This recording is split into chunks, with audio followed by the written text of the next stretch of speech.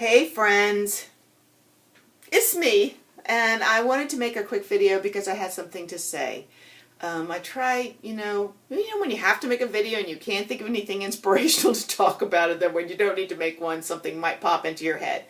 Well, here's it. I was pumping iron, doing this, and all of a sudden, I started to get weepy.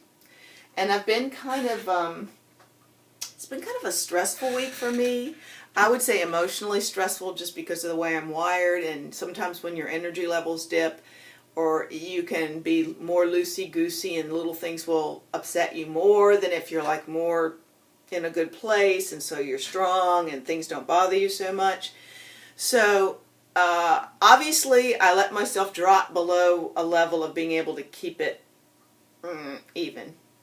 And so pumping iron, I started to get kaflimped, a little emotional, because it was making me feel better because I've been sad and kind of stressed and anxious this week, and I hadn't body pumped in a week. I've walked twice, but that seems like 1,000 years ago. That was like Monday and Tuesday, and here it is Friday, and I had just had a busy Wednesday and a busy Thursday, and today, well, whatever. I have a million things still to do in my house and haven't done them. But I digress, as usual. What else is new? Sally is digressing. So I'm getting emotional, and this thought just went, it's like a headline, like a ticker tape across your head. Are you a prisoner of your past? Are you a prisoner of your past? And I really am. And I want to say that the minute the thought flitted into my head, are you a prisoner of your past? The next thought was, and what is the past? The past is an hour ago,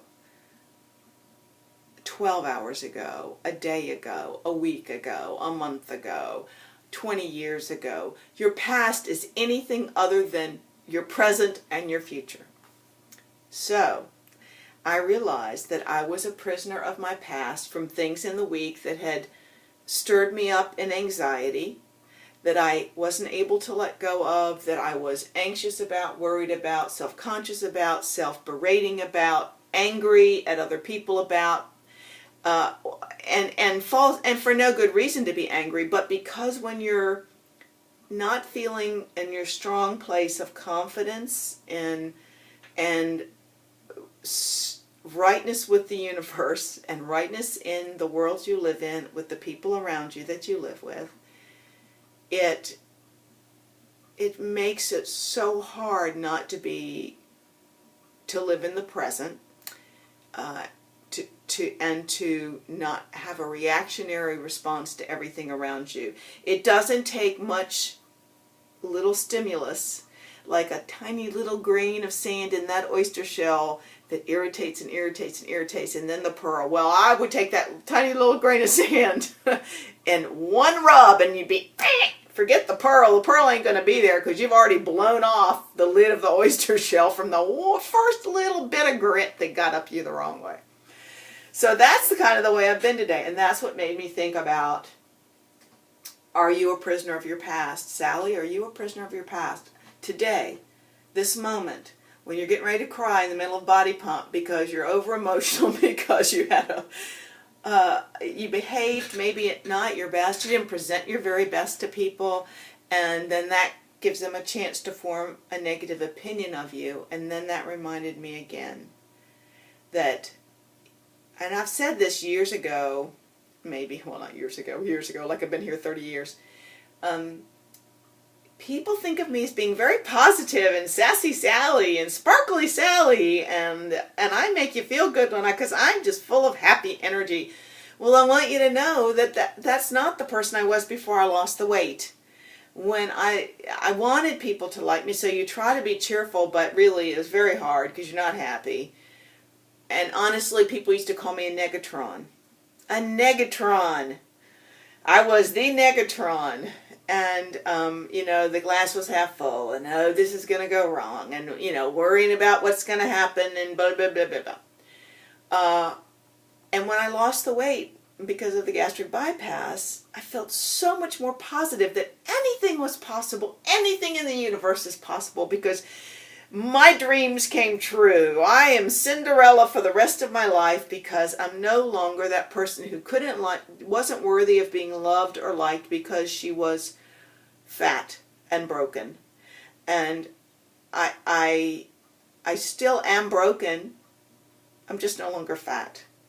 And I felt I think I've been on a cloud of just feeling like you won the lottery. Y'all know what it's like when you've reached close to goal or at goal, or your life has changed dramatically because you've had a big loss, whether you're at a goal or not at a goal. Your life changes progressively along this path. And you're able to change who you are inside. You're able to embrace that freedom and that joy. That joy just buoys you up in your life. And other stuff just gets pushed away. When you're full of that enthusiasm and joy of life. I have a tiny little gnat. Here's a perfect example. The tiny little gnat is easy to brush away.